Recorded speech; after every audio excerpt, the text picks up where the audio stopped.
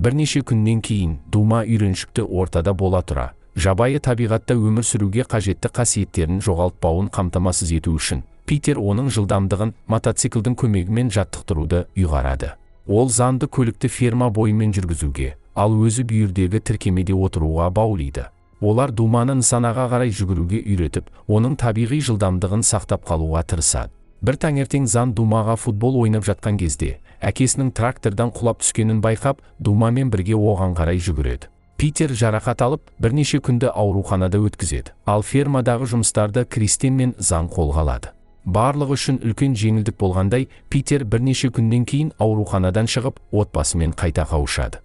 Үйдегі жағдай тұрақталған соң, Кристин Занды үйден оқытуын жалғастырып, оның жасына сай барлық қажетті білімді беруін қамтамасыз етеді. Питер де тез қалпына келіп, өз шаруашылық жұмыстарына оралады. Бір күні Питер Думаның болашағы жайлы ұзақ ойланып, Занға оны жабайы табиғатқа қайтару туралы ойын айтады. Егер олар оны өздерімен бірге ұстауды жалғастырса, Дума жабайы табиғатта тіршілік етуге кеш болып қалатынын түсіндіреді.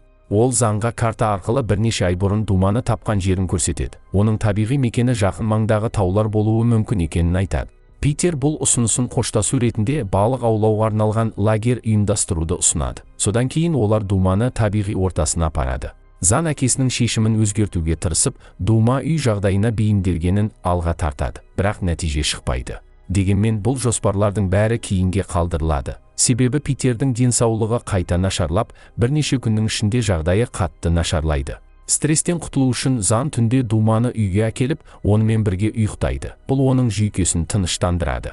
Бірақ Питердің ауруы күшейіп, бірнеше күн ішінде ол қайтыс болады. Бұл қайғылы түн жас бала үшін үлкен соққы болады. Себебі ол әкесіне қатты сүйсініп, үлгі тұтқан еді. Питердің жерлеу рәсімі бірнеше күннен кейін өтеді. Ал Зан бұл қайғыны мүлде түсінбей, жағдайды қабылдауға тырысады. Зан үшін қайғының бәрі тым ауыр болып, ол фермада жалғыз өзі Думамен бірге уақыт өткізеді. Дума оның қасынан бір елі кетпей, оны жұбатып, тірек бола біледі. Бірнеше аптадан кейін, Занның наразылығына қарамастан, Кристин фермаға жалға беріп, қалаға көшу керектігін мәлімдейді.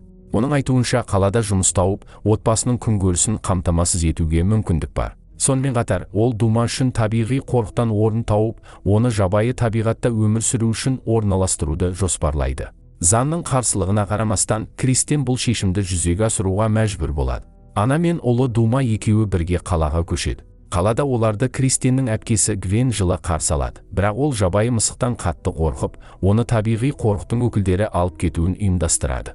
Зан жергілікті мектепке қабылданады, ал Кристин жаңа жұмысқа орналасады. Алайда Зан айналасындағы жағдайларға бейімделе алмай, анасына реніш білдіре бастайды. Бір күні Кристин мен Зан өз істерімен сыртта жүргенде, Гвен үйде Дума екеуі жалғыз қалады.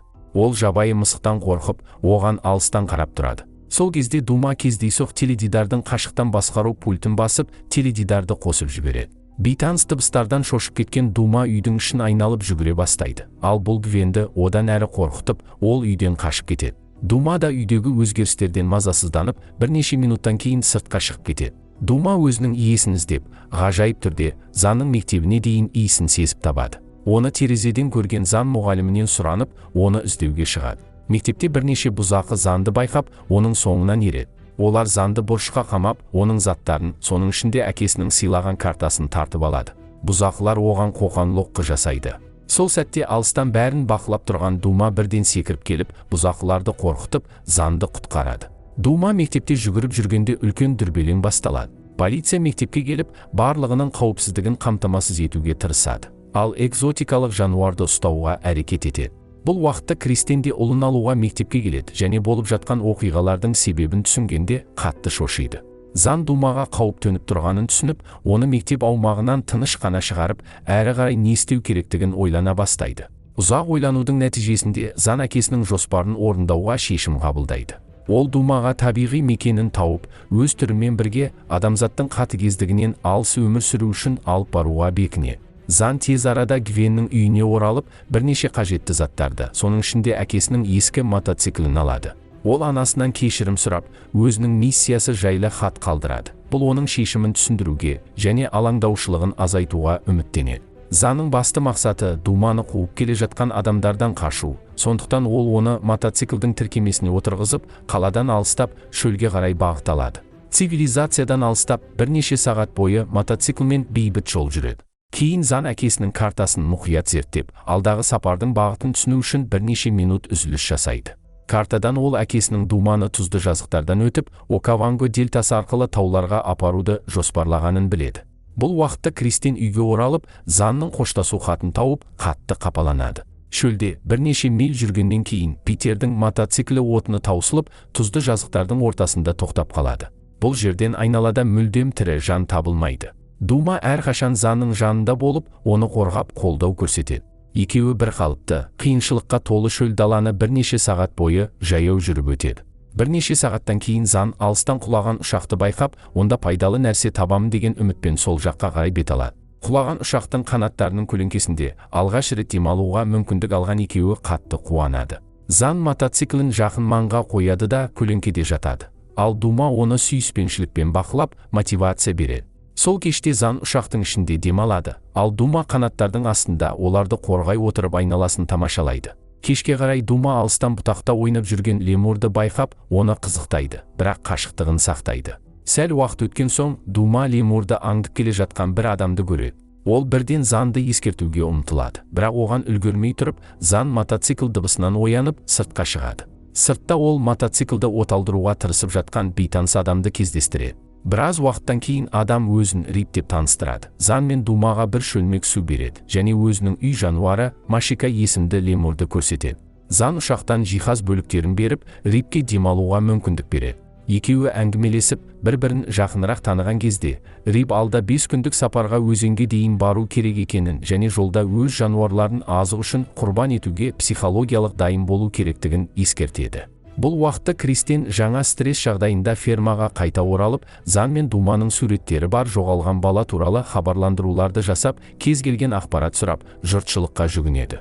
Шөл далада түнде Рип от жағып, Занмен бірге оның жел күшін пайдаланып, алыс сапарды жеңілдетуге арналған амбициялы жоспарын талқылайды. Таңертең Рип мотоциклге қондырғы жасап қосады, ал Зан ұшақтан алынған парашютті мотоциклге бекітеді. Олар оны шөл кемесіне айналдыруды көздейді.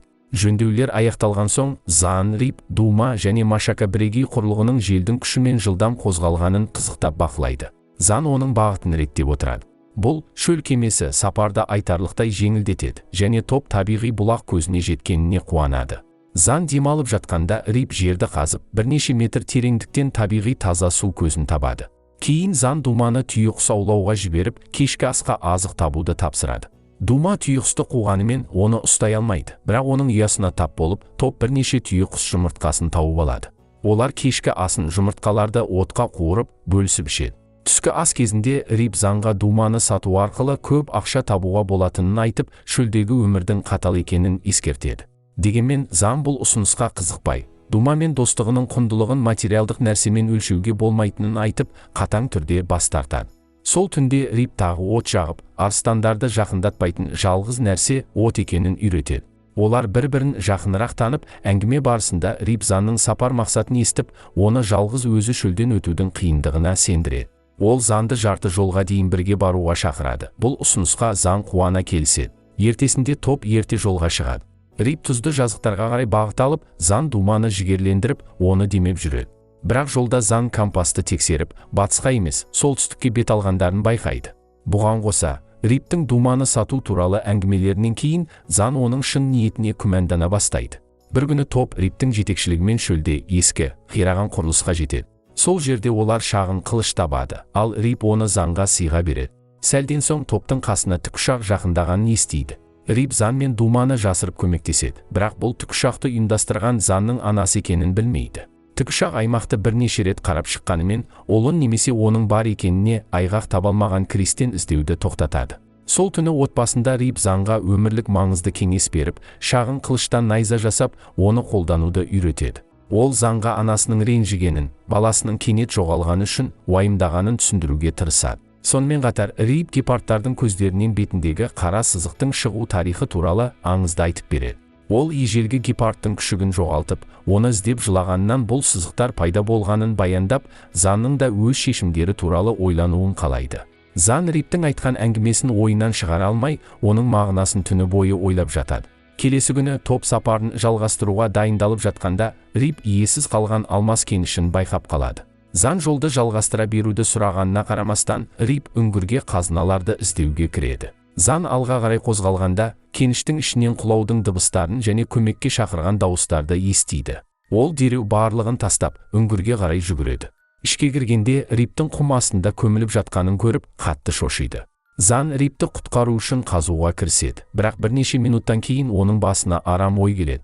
Ол Риптің әлсіз жағдайын пайдаланып, оны неге дұрыс бағытқа апармағанын сұрайды, және оны полицияға тапсырып, сыйақы алу үшін қалаға апаруға тырысып жатыр деп айыптайды. Сен мені қорқытуға тырысасың. Өз жолыңмен жүруімді қаладың, бірақ сен бізді сатып жібермекшісің деп Рипті кінәлайды.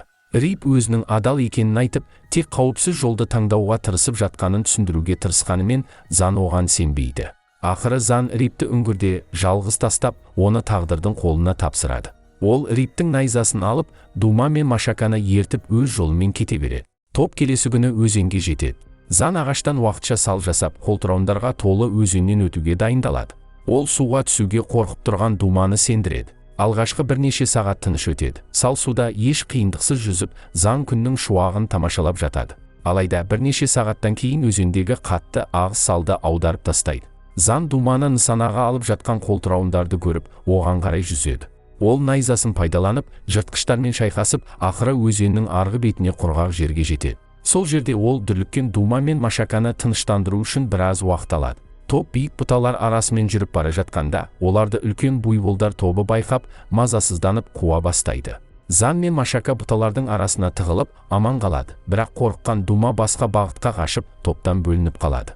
Дума шөпті алқапта жалғыз сенделіп жүреді, ал Зан оны табуға тырысады. Ол досының қауіпсіздігінен үміттеніп, оны іздеп жүргенде, Дума аңшылардың торына түсіп, тұтқынға айналады. Түн ортасына дейін Зан Думаны іздеп жүріп, басқа жыртқыштардан жасырынып қалуға тырысады. Алайда жоспар сәтсіз болып, оны жыртқыш аң қуып кетеді. Қашып бара жатқанда Занды буйвол соғып, иесінен танып қалады. Бақытына қарай торға түскен Дума мен иесіз жатқан Занды Рип тауып алады. Ол құлаған үңгірден аман есен шығып, батылдықпен топты іздеп тауыпты.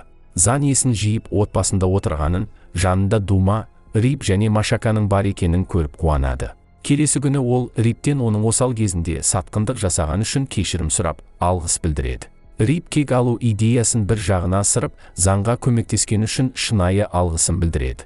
Әңгіме барысында Рип өзінің оңтүстіктегі ауылында әйелі мен балалары бар екенін және ұзақ уақыт бойы жұмыс істегенімен оларға ештеңе көрсете алмай жүргенін айтады. Жеке өмірлері туралы бөлісіп, Зан мен Рип арасында бейбітшілік орнап, олар бір-біріне көмектесумен қолдау көрсету туралы үнсіз келісім жасайды. Таңертең олар шөпті алқапта жайылып жүрген газелдерді байқайды. Зан Думаға олардың бірін аулап әкелуді тапсырады. Дума газелді қуып, бірнеше мильден кейін оны ұстай алмай қалады. Бұл топты кешкі ассыз қалдырады. Екеуі шөпті алқапта үнсіз жүріп, азық іздейді. Олар деректі фильм түсіріп жатқан топты көріп, дастарханға қойылған дәмді тағамдарға толы буфетті байқап, қатты қуанады. Зан тапқырлық танытып, Рипті жоспарына тартады. Олар фильм түсіріліп жатқан жерге білдірмей келіп, дастарханның астына кіріп алады. Біраз уақыттан кейін Зан дастарханның астынан шығып, қолында жылан ұстап, көмекке шақырып айғайлайды. Жыланнан қорыққан адамдар орындарынан қашып кетеді. Осылайша Зан мен Рип барлық тамақты алып, өздерімен бірге әкетеді. Тамақты қайыққа тиіп, үй жануарларын ертіп өзенге шығады. Жол бойы олар дәмді ұрланған тағамдарды ләззатпен жеп, Зан Рипке оның көмегі мен мейірімділігі үшін барлық ақшасын ұсынады. Бірақ Рип одан бас тартып, үңгірден тапқан алмас тастың бірін сыйға тартады. Ол Занға олардың достығын еске салу үшін оны сақтап қоюды өтінеді. Топ өзеннің бойымен тыныштықта жүзіп, арғы бетке өтеді. Жағаға жеткенде Дума өліп жатқан жануарды иісінен тауып алып, оны жеп жатқанын көрсетеді. Зан жануардың етін өзімен бөліспегеніне көңілі түсіп, жабырқап қалады. Рип оны сабырға шақырып, Думаның жабайы жануар екенін және оның бұл мінез құлқы өзіне табиғи екенін түсіндіреді. Ол бұл қасиеті Думаның табиғатқа жақсырақ бейімделуіне көмектесетінін атап өтеді. Рип Занды және олардың үй жануарларын жасырын үңгірге апарады. Бұл үңгірде адамдар өздерінің ата-бабаларына барып, естеліктерін бөлісетін қасиетті орын болған. Рип Занға өзінің балалық шағы туралы, әсіресе атасымен бірге бұл үңгірге келетін кездерін сағынышпен әңгімелейді. Олар үңгірдің панасында біраз уақыт өткізіп, Зан әкесін жоғалтқаны туралы бөліседі. Рип оны жұбатып, үмітін үзбеуге және жаңа қадам жасауға шақырады. Ол енді Думаның табиғи мекеніне жақын қалғандарын айтып, заңға анасымен қайта қауышу керектігін ұсынады. Ал өзі оңтүстіктегі отбасына барып, жылдар бойғы жоғалып кеткен үшін кешірім сұрауды жоспарлайды. Үңгірде демалып алғаннан кейін топ сапарын жалғастырады. Рип заңға алыстан көрінетін өз ауылын көрсетеді. Ол енді бірнеше миль жерде, үленің үстінде орналасқан еді. Шөпті алқаптан өтіп бара жатқанда, Рип ауру тарататын цеце шыбындарының жақындап келе жатқанын байқап, заңға бар күшімен қашуды бұйырады. Өкінішке қарай, шыбындар оларды басып озады. Ал Рип өзін құрбан етіп, жас жігітті қорғау үшін өзінің денесін қалқан ретінде пайдаланады. Бұл әрекет оны ауыр аурудың жұқтыру қаупіне душар етеді. Сол түні жаңбыр астында шөпті алқапты кезіп жүрген кезде, Риптің ауруы күшейе. Бір уақытта Дума мазасызданып, арыстандардың жақындап келе жатқанын өз әдісімен ескертеді. Рип ауырсынуына қарамастан, заңға жаңбыр кезінде от жағуға көмектесуге тырысады. Олар бірнеше рет сәтсіздікке ұшыраса да, ақыры от жағып, арыстандарды алыстатуға қол жеткізеді. Аман қалған топ оттың жанында тынышталады, бірақ Рип енді әлсіреп, терлеп, ісініп, әлсіз сезіне бастайды. Зан оған көмектесіп, жатқызып, үстін жауып, Думаны кішкене бұтаға байлайды. Ол Думадан Риптің жанында қалуды бұйырып, ауылға көмек іздеуге кетеді. Төбенің басындағы ауылда Зан Риптің жағдайын егде жастағы ауыл тұрғынына түсіндіреді. Ауыл тұрғыны халықты, оның ішінде дәстүрлі емшіні, Рипке көмектесу үшін ұйымдастырады. Бұл уақытта шөпті алқапта Дума арыстандардың заңға еріп кетпек болғанын байқап, байлауынан босап шығып, олардың назарын өзіне аударады. Ол арыстандарды қуып әкетіп, занды қорғау үшін оларды өзінен алшақтатады. Біраз уақыт қуып шыққаннан кейін, Дума арыстандарды адастырып кетеді. Ол шөпті алқапта жүріп, табиғи түрде өз түрлеріне арналған дыбыстар шығара бастайды. Бұл әрекеті басқа гепардты оның барына елең еткізеді. Думаның құлшынысы артып, жауап берген дыбысқа қай жүреді де, өзінің туғаннан бері алғаш рет басқа гепардпен бетпе-бет кездеседі. Олар бірнеше минут бірге болып, бір-бірімен ойнап, түнді бірге өткізеді. Осы уақытта Зан ауыл тұрғындарымен бірге Риптің жанына қайта оралады. Ауыл тұрғындары есінен танып қалған Рипті мұқият тексеріп, оны төбеге көтеріп апарады. Оны дәстүрлі дәрімен емдеп тынығуға мүмкіндік береді. Зан да жанында қалып, Дума туралы алаңдап, ойға беріледі. Келесі күні дәстүрлі емші Риптің бетіндегі ісіктердің қайтқанын көріп, қатты қуанады. Оның жүзін анықтап, Рипті таниды. Емші дереу Риптің әйелі мен балаларын шақыртады. Риптің отбасы жедел түрде келіп, онымен эмоционалды кездесуге қатысады. Бұл сәтті Зан үнсіз тамашалап отырады. Рип Занды отбасымен таныстырады. Олар оны жылы қарсы алып, сүйіспеншілікпен өздеріне жақын қабылдайды. Алайда Зан әлі де Дума туралы алаңдап, қайтадан шөпті алқапқа түсіп, оны шақырады. Сол жерде ол Думаның жаңа досымен ойнап жүргенін көреді. Зан аралас сезімдермен бақылап тұрғанда, Дума мен оның досы бірге газельді іздеп тауып, аулайды және оны бөлісіп жейді. Эмоциялар толқынына беріле отырып, Зан жерге жатып, Думаның жаңа досымен жақын араласқанын бақылап, әкесі туралы және оның үйреткен нәрселері жайлы ойлайды. Көз жасын тоқтата алмай, барлық сезімдерін сыртқа шығарады. Біраз уақыт өткен соң, тамағын жеп болған Дума Занның жанына келіп, екеуі ерекше және эмоционалды қоштасуды бастан кешеді. Занға бұл қиын сәтте Рип қолдау көрсетеді. Риптің жағдайы айтарлықтай жақсарып, ол отбасын бұрынғыдан да жоғары бағалай бастайды. Ал Дума өзінің табиғи ортасына толығымен бейімделіп, жаңа өмір бастайды. Зан болса, мотоциклді жөндеп, Машаканы ертіп, үйіне, фермаға оралады. Ол келгенде анасын егінмен айналысып жатқанын көріп, онымен құшақ жая қайта қауышады.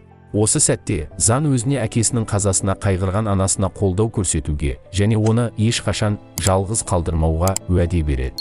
Менің видеоларымды 97% адам арнаға жазылмай көреді екен. Бұл көрсеткішті реттеу үшін төмендегі подписация батырмасын басыңыз. Баршаңызды жаңа шолуда күтемін. Келесі кездескенше.